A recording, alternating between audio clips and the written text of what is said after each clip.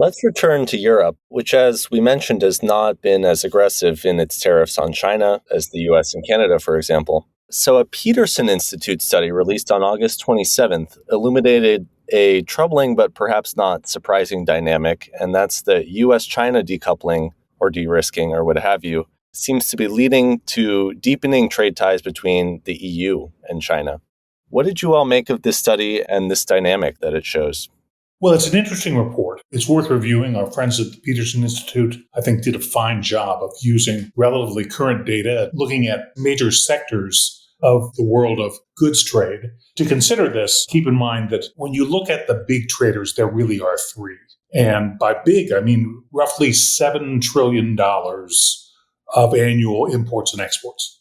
And that would characterize China, which is the largest, that's at modestly over $7 trillion. Second, the United States, which is roughly at $7 trillion of imports plus exports. And then what the WTO would call the European communities or the European Union, also with merchandise trade and trade in services, roughly $7 trillion. Number four is Japan, under $2 trillion. There's a real step change.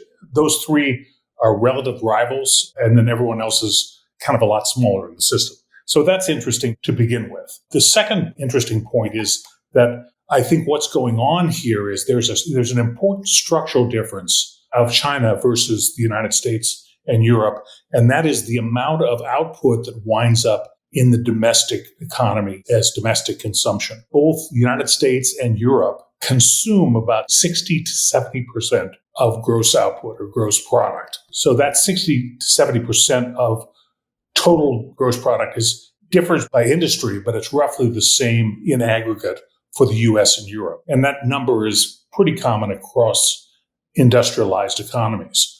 China, on the other hand, consumes about 40% of its total output, so substantially lower. In an economy the size of China, that's a real difference. If China consumed as much internally as Europe or Japan, they would consume $9 trillion of their total output versus their current $6.7 trillion in consumption. $2.3 trillion is roughly the GDP of Italy.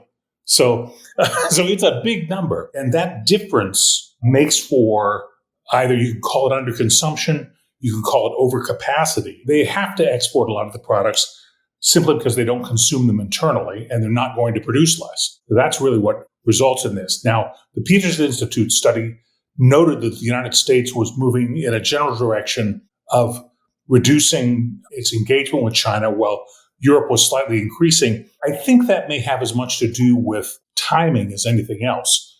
The United States, thanks to Tariff Man and the early actions of President Trump in 2017 with the Section 232 tariffs on steel and aluminum, and in 2018 with the Section 301 tariffs that were directed at the U.S.-China trade, I think the U.S. basically had a first mover advantage. That's what really began what gets called decoupling or de-risking. That was the start of the trend. The European Union, on the other hand, had struggled with industrial competitiveness since the outbreak of the Ukraine conflict, and mostly having to do with the cutoff of the Nord Stream pipeline in 2023, which reduced their industrial competitiveness, particularly Germany's industrial competitiveness, and led to higher imports just to remain competitive. There's both a first mover advantage of the United States that we got there ahead of the Europeans, but also Europe had a different set of domestic competitiveness dynamics that affected their trade with China. There's still this huge difference in composition of the economy and the amount of domestic consumption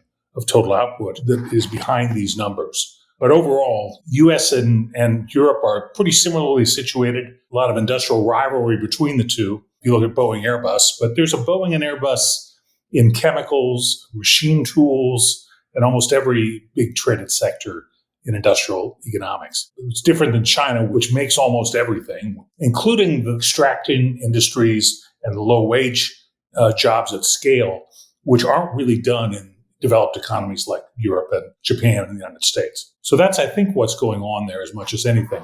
It takes us back to a point Bill's made a number of times, either underconsumption or overcapacity, however you want to characterize it.